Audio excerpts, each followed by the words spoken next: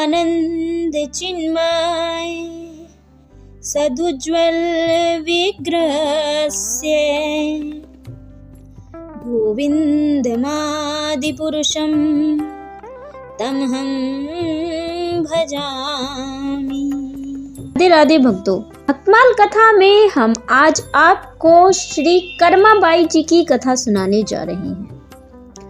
भक्तमाल कथा के अनुसार कर्माबाई का उल्लेख उनकी अनन्य भक्ति और भगवान श्री कृष्ण के प्रति उनकी सच्ची श्रद्धा के लिए किया गया है। कर्माबाई एक साधारण जाट महिला थी जो अपने सरल और भक्तिपूर्ण जीवन के लिए जानी जाती। कर्माबाई का जन्म राजस्थान में हुआ था और वह जाट समुदाय से थी। बचपन से ही भगवान श्री कृष्ण की परम भक्त थी। उनकी दिनचर्या में भक्ति और सेवा का विशेष स्थान था। उनके माता पिता भगवान में गहरी श्रद्धा रखते थे। उनके माँ बाप भगवान में बहुत अधिक श्रद्धा रखते थे। उनके पिताजी हर रोज भगवान की सेवा करते थे। कर्माबाई अपने परिवार के सेवा के साथ साथ भगवान की सेवा भी करती थी। उनकी एक प्रसिद्ध कथा भक्तमाल में लिखी हुई है। उनके पिताजी हर रोज भगवान की सेवा करते थे। कर्माबाई उन्हें हर रोज देखती थी कि उनके पिताजी खाना बनाकर भगवान को हर रोज भोग लगाते थे। एक दिन कर्माबाई के पिता को किसी कार्य से बाहर जाना पड़ा।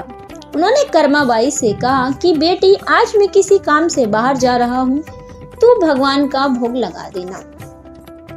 उसने बोला, पिताजी ठीक है। अपने पिता के जाने के बाद कर्माबाई ने भगवान जी के लिए भोग बनाया। भोग बनाकर उन्होंने भगवान जी को भोग लगाया। पिता के वापस आने पर पिता ने पूछा कि बेटी, तूने भगवान जी को भोग लगाया था? तो उसने कहा, हाँ पिताजी, लगाया तो था।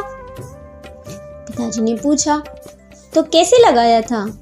हाँ पिताजी, भोग तो मैंने लगाया था और उन्होंने भोग पा भी लिया। पिताजी ने कहा, कुछ प्रसाद बचा है तो मुझे भी दे दे। कर्मा बोली, पिताजी कुछ बचा तो नहीं, कुछ छोड़ा ही नहीं उन्होंने, वह तो सारा प्रसाद खा गए। पिताजी ने पूछा, अरे कैसी बातें कर रही है, भगवान कैसे प्रसाद खा सकते हैं? वो तो विग्रह हैं, वो थोड़ी ना प्रसाद खाते हैं। तो इस पर कर्माबाई बोली, अरे पिताजी, आप अपने भगवान जी को जितना सीधा समझते हो, ये उतने सीधे नहीं है। ये बहुत टेढ़े हैं, बहुत नटखट है, बहुत शरारती है।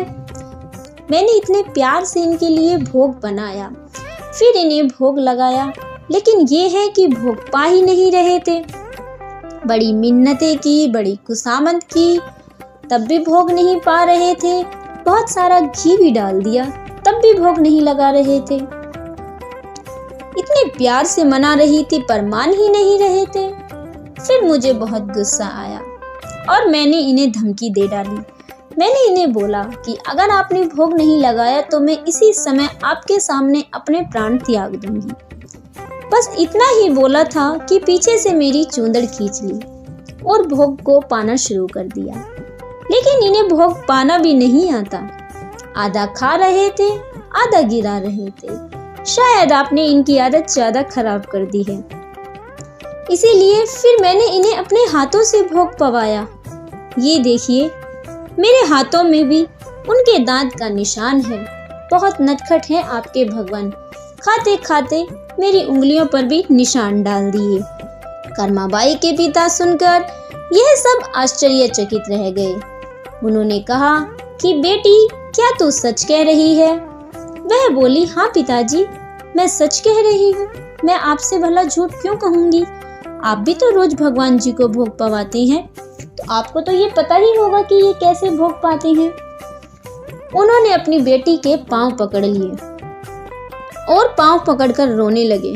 उन्होंने कहा, अरे बेटी, मैंने तो इन्हें आज तक सिर्फ एक विग्रह ही माना है, भगवान का विग्रह मानकर इनकी पूजा की है, लेकिन स्वयं प्रकट होकर जो इन्होंने ये खिचड़ी पाई है, यह देखकर मैं तुम्हारी भक्ति का महत्व समझ गया हूँ। प्रकार भक्तमाल में कर्माबाई की कथा हमें यह सिखाती है कि भगवान केवल सच्चे प्रेम और श्रद्धा से और सच्ची भक्ति से प्रसन्न होते हैं। कर्माबाई की खिचड़ी का प्रतीक उन्हें निश्चल भक्ति और भगवान के प्रति पूर्ण समर्पण था। कर्माबाई ने कहा कि भगवान ने अब उनसे बट्टी कर ली है, अब वह हर रोज कर्माबाई के हाथ से ही भोजन ग्रहण करे। कर्माबाई की यह कथा हमें दिखाती है कि भगवान को धन, वैभव या जटिल पूजा विधियों से प्रसन्न नहीं किया जा सकता, बल्कि वे तो सच्चे प्रेम और सेवा से संतुष्ट होते हैं। उनका जीवन एक प्रेरणादायक उदाहरण है। आज भी उनके नाम से जुड़े भजन और कहानियां लोगों को भक्ति मार्ग पर चलने के लिए प्रेरित करती हैं। उसी दिन से कर्माबाई के माता पिता कर्माबाई को बहुत अधिक मानने लगे और उनकी महिमा का दिन प्रतिदिन बखान किया जाने लगा। तो भक्तों, इस तरीके से हमने आज आपको कर्माबाई जी का चरित्र सुनाया है। ऐसी ही और आध्यात्मिक और भक्ति से जुड़ी कथा सुनने के लिए हमारे चैनल को सब्सक्राइब करें। अगर आपको कर्माबाई जी का चरित्र अच्छा लगा है तो वीडियो को लाइक करें और शेयर जरूर करें ताकि बाकी भक्तों तक भी यह कथा पहुंच सके। कमेंट में राधे राधे या जय श्री कृष्णा जरूर लिखें। आपका दिन मंगलमय हो।